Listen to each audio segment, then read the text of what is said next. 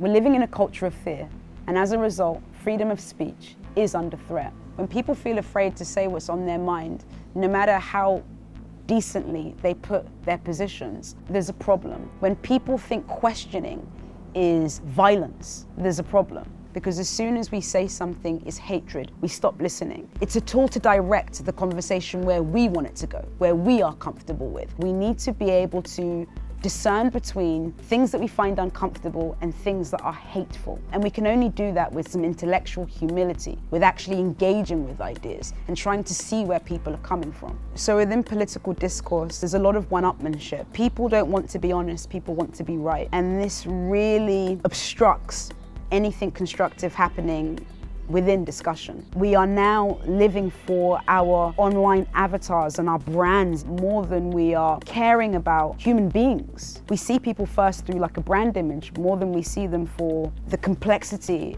and fullness of their lives. If we act as though disagreement is an affront to our belief system, we are limiting our own worldviews for our own comfort and for our own egos. We need to be challenged. Otherwise, we assume that we know everything and that there is nothing else to be said on something. And I would say that's the height of intellectual arrogance. We should be able to withstand critique, to withstand disagreement. We should also know that not all disagreement is rooted in some nefarious intention. Sometimes that's the way people learn. It's curiosity. To engage comprehensively in political discourse is quite a privilege. It does take a certain education. It does mean that you've read certain books. This isn't something that everybody has access to or is exposed to. So when we are denigrating people, criticizing people, vilifying people, abusing people for what they don't know, it's very tone deaf, and it really suggests that you're not thinking about the people that you purport to care about. Because if you were thinking about the people that you claim to care about,